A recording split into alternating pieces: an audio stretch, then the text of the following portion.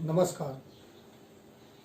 मैं भानु प्रकाश सिंह, प्रधानाचार्य, जनता सहयोग इंटर कॉलेज, मई, खड़गपुर, आजमगढ़। प्यारे बच्चों, आप घर पे रहें, सामाजिक दूरी बना के रहें और साफ सफाई पर ध्यान देते हुए अपने हाथों को कम से कम 20 सेकंड के लिए साफ करते रहें और अध्ययन करते रहें। जो भी आपको पढ़ाया जा रहा है उसका अध्ययन करते रहें। ये वीडियो आप बार बार देखें, नहीं समझ में आता है वीडियो को बार बार देखें, फिर भी नहीं समझ में आता है, देखने के बाद भी नहीं समझ में आता है तो कमेंट करें और हम उसका उत्तर आपको देंगे। साथ ही साथ आपको ये भी सूचित करना है, आपके मोबाइल पे ग्रुप में गया होगा कि सरकार ने ऑनलाइन कक्षाओं की व्यवस्था दूरदर्शन पर भी की है और चैनल का नाम है स्वयं प्रभा चैनल और इन ऑनलाइन कक्षाओं का प्रसारण दिनांक 1 मई से 1/5/2020 से सुबह 11 बजे से 1 बजे तक और उन्हीं कक्षाओं को शाम को 4:30 बजे से 6:30 बजे तक, जो कक्षाएं सुबह चलेंगी वही कक्षाएं शाम को 4:30 से 6:30 तक चलेंगी। तो आप उस पर निश्चित रूप से अध्ययन करते रहें। आपके ग्रुप में जो है सूचना गई होगी कि किस कंपनी के डिश पे किस नंबर के चैनल पे ये प्रसारण आ रहा है। चैनल का नाम पुनः नोट कर लें, स्वयं प्रभा चैनल। और इसके अतिरिक्त सभी तो चैनल का नाम पुनः याद कर लें, चैनल का नाम है स्वयं प्रभा चैनल और जिस कंपनी का डिश है उस कंपनी के हिसाब से अपने चैनल का नंबर सूचना में पढ़ लें, वो आपको मिलेगा और उसके हिसाब से आप अध्ययन करते रहें। सभी लोग अपने मोबाइल में आरोग्य सेतु ऐप इंस्टॉल कर लें, लोड कर लें, जिससे आपको कोविड-19 से होने वाले खतरों के विषय में या इस संक्रमण को रोकने के कैसे रोका जा सकता है, इस संक्रमण को, इसके विषय में आपको डिटेल मिलती रहेगी। हम अपनी कक्षा को आगे बढ़ाते हैं। आपको पढ़ाया जा रहा है प्रकाश का अपवर्तन, रिफ्रैक्शन ऑफ लाइट, जिसमें हमने आपको आउटलाइन दिया था कि आपतित किरण क्या होती है। प्रकाश, पहले तो ये जान लीजिए कि प्रकाश का अपवर्तन क्या होता है। जब प्रकाश की किरणें एक माध्यम से दूसरे माध्यम में प्रवेश करती हैं तो अपने मार्ग से विचलित हो जाती हैं और इस घटना को प्रकाश का अपवर्तन कहते हैं। और इसके संबंध में हमने बताया था आपतित किरण पृथक्कारी पृष्ठ पर आने वाली प्रकाश किरण को आपतित किरण कहते हैं। अपवर्तित किरण पृथक्कारी पृष्ठ के से अपवर्तित होकर के जो किरण दूसरे माध्यम में प्रवेश करती है उस किरण को अपवर्तित किरण कहते हैं। इसको चित्र के माध्यम से समझाया गया था। आपतन बिंदु, आपतित किरण जिस बिंदु पे आके मिलती है उसे आपतन बिंदु कहते हैं। अभिलंब के विषय में बताया गया कि आप पृथक्कारी पृष्ठ पर आपतन बिंदु से 90 अंश का कोण बनाती हुई जो रेखा खींची जाती है उसे अभिलंब कहते हैं। ये सब सारी चीज़ें आपको बताई जा चुकी हैं। सघन माध्यम और विरल माध्यम में बताया गया है। सघन माध्यम में बताया गया था कि ऐसा माध्यम जिसमें माध्यम के कण एक दूसरे के पास होते हैं उन्हें सघन माध्यम कहते हैं। और विरल माध्यम के विषय में आपको बताया गया था कि ऐसा माध्यम जिसमें माध्यम के कण एक दूसरे के दूर होते हैं उसे विरल माध्यम कहते हैं। सघन माध्यम का उदाहरण कांच है, जल है। विरल माध्यम का उदाहरण वायु है। आगे बढ़ते हैं। अगला टॉपिक हमारा है कांच के आयताकार गुटके द्वारा प्रकाश का अपवर्तन।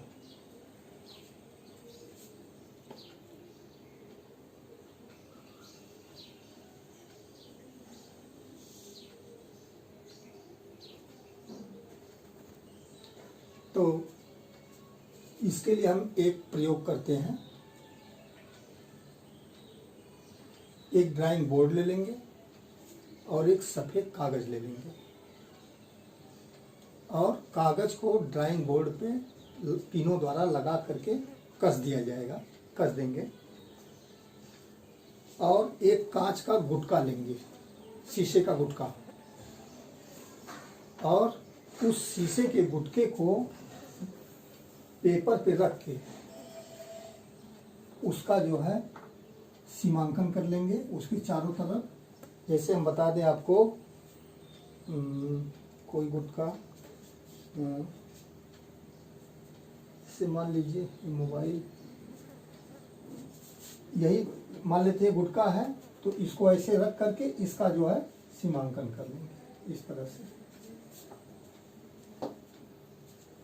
इसके बाद दो पिने लेंगे और उन पिनों को गुटके के ऊपर एक सीध में लगाएंगे, ठीक है। फिर गुटके के इस पार से हम इन पिनों का प्रतिबिंब बनेगा, देखेंगे तो इन पिनों का प्रतिबिंब बनेगा और उन पिनों, उन प्रतिबिंबों के सीध में ही दो पिने इधर और लगा देंगे। पुनः सुन लें, कांच, हम बता रहे हैं कांच के आयताकार गुटके द्वारा प्रकाश का अपवर्तन, ये एक प्रयोग है, प्रैक्टिकल है। इसके लिए क्या करेंगे, एक ड्राइंग बोर्ड लेंगे और उस पर एक सफ़ेद कागज़ पिनों की सहायता से लगा करके उसको कस देंगे, टाइट कर देंगे। फिर एक शीशे का गुटका लेंगे, पेपर पे रख देंगे। पेपर पे रखने के बाद उस शीशे के गुटके का के चारों ओर जो है सीमांकन कर देंगे, जैसा अभी हमने उदाहरण देके बताया था, ठीक है। इसके बाद क्या करेंगे, गुटके के ऊपर दो पिने एक सीध में लगा देंगे, ठीक है। फिर गुटके के इस पार से नीचे से देखेंगे तो उन पिनों का बिंब दिखाई देगा, प्रतिबिंब दिखाई देगा, और उन प्रतिबिंबों के सीध में दो पिने जो है गुटके के नीचे लगा देंगे। और ये चारों पिने, अब चार पिने हो गए, चारों पिने एक सीध में होनी चाहिए। इस प्रयोग में चारों पिने एक सीध में होनी चाहिए। इसके बाद क्या करेंगे, अगर सीध में चारों पिने एक सीध में हो जाती हैं तो क्या करेंगे, एक पिन को उखाड़ेंगे, वहाँ पे निशान बना लेंगे। फिर दूसरी पिन को उखाड़ेंगे, वहाँ पे निशान बना लेंगे। फिर तीसरी पिन को उखाड़ेंगे, वहाँ निशान बना लेंगे। फिर चौथी पिन को उखाड़ेंगे, वहाँ निशान बना लेंगे। और इसके बाद गुटके को हटा देंगे। लेकिन हटाने से पहले ये देख लें, ये चेक कर लें कि गुटके का सीमांकन हमने किया है कि नहीं किया है। तो गुटके का सीमांकन हमने बताया है कि पहले ही कर लेते हैं, ठीक है। इसके बाद ये जो निशान बनाया गया है, उन निशानों के सीध में रेखा खींचेंगे। जैसे ये रेखा EO खींची गई है, उसी तरह से यहाँ पे जो दो निशान बनाया गया है, उन निशानों की सीध में इन दोनों बिंदुओं को मिलाते हुए एक सीधी रेखा खींच लेंगे, ठीक है। मान लेते हैं कि ये रेखा जो है यहाँ पे O बिंदु पे मिलती है और इसको मिलाने पे ये O डैश बिंदु पर मिलती है। तो O बिंदु से 90 अंश का कोण बनाते हुए एक रेखा खींचेंगे N डैश, जिसको हम क्या कहेंगे, ये रेखा होगी अभिलंब।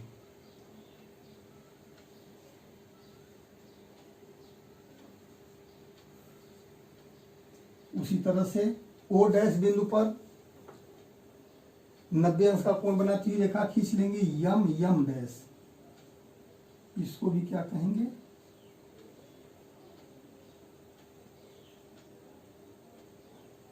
अभिलंब कहेंगे। देखिए यहाँ पे दो माध्यम है, ऊपर जो है वायु है,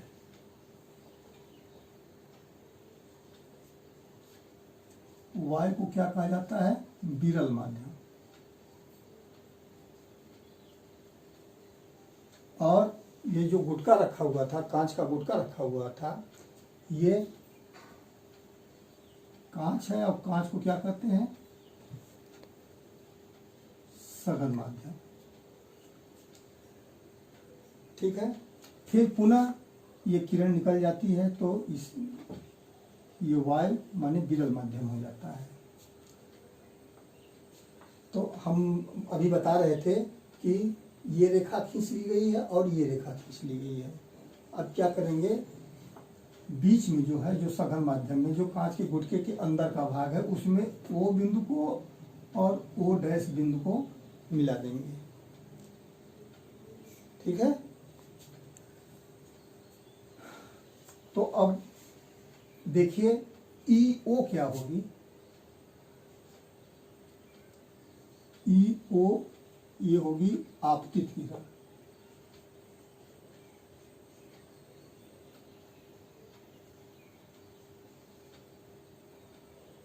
और ओ डैश जो सघन माध्यम में है, ये होगी अपवर्तित किरण।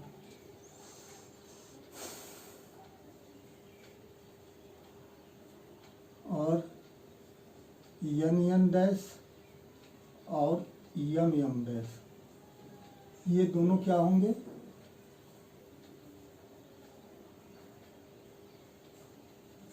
अभिलंब होंगे। फिर एक किरण बचती है ओ डैश एच, जो सघन माध्यम से विरल माध्यम में जा रही है। ओ डैश एच, इसको कहेंगे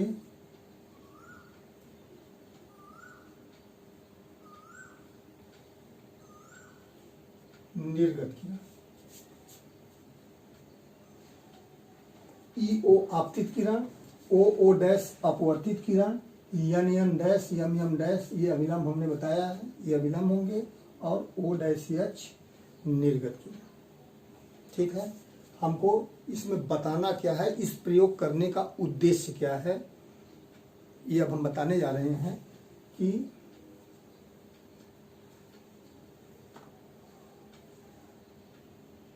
ई ओ और ओ डैश की तुलना करिए।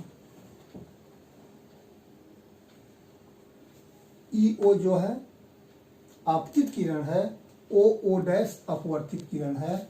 और ई ओ जो है ये विरल माध्यम में है और ओ डैश सघन माध्यम में है। ठीक है। तो दोनों की तुलना करने पे हम देखते हैं कि ई ओ डैश को इधर जाना चाहिए, लेकिन ये अभिलंब की ओर झुक रही है। तो इससे निष्कर्ष यही निकलता है कि जब प्रकाश की किरणें विरल माध्यम से सघन माध्यम में आती हैं तो अभिलंब की ओर झुक जाती हैं।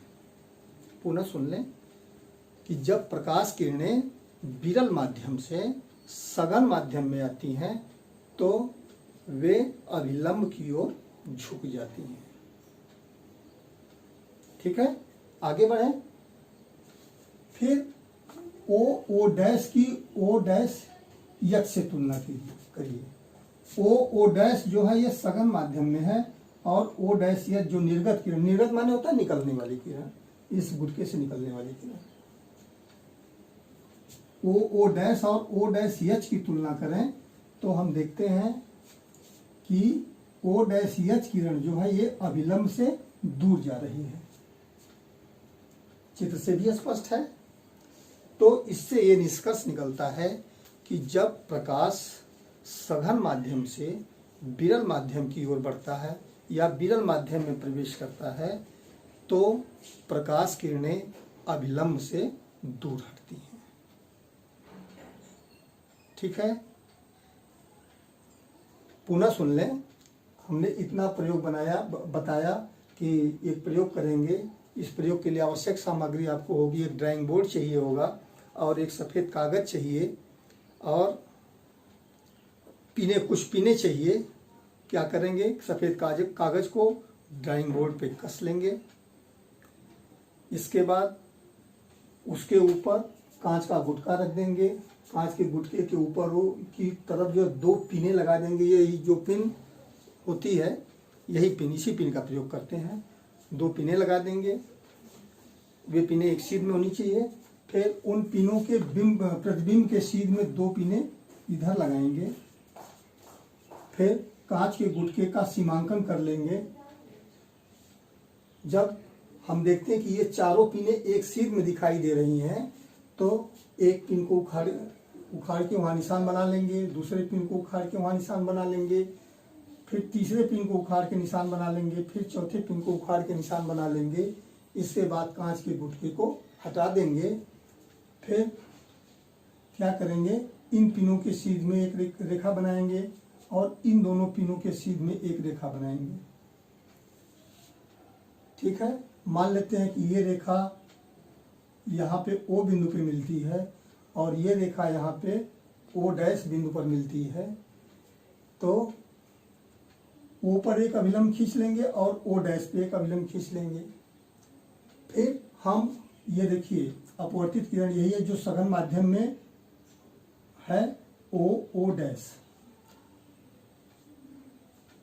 तो हम O डैश की आपतित किरण से तुलना करेंगे तो हम देखते हैं कि ये अभिलंब की ओर झुका हुआ है। EO और OO डैश की तुलना करेंगे, ये EO है और ये OO डैश है। दोनों की तुलना करेंगे तो OO डैश जो है अभिलंब की ओर झुकता हुआ प्रतीत होता है। उसी तरह से OO डैश और O डैश H की तुलना करेंगे तो हमें ये मालूम पड़ता है कि ये अभिलंब से दूर की तरफ जा रहा है। तो इससे हम निष्कर्ष निकालते हैं कि जब प्रकाश किरणें विरल माध्यम से सघन माध्यम में आती हैं तो अभिलंब की ओर झुक जाती हैं, और जब प्रकाश सघन माध्यम से विरल माध्यम में जाता है तो अभिलंब से दूर हटता है। ठीक है।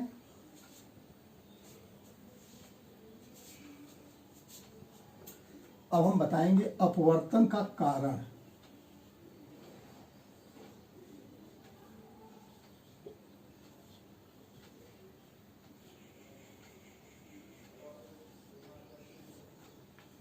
अपवर्तन का कारण, इसको जानने कि अपवर्तन का कारण क्या होता है, अपवर्तन क्यों होता है।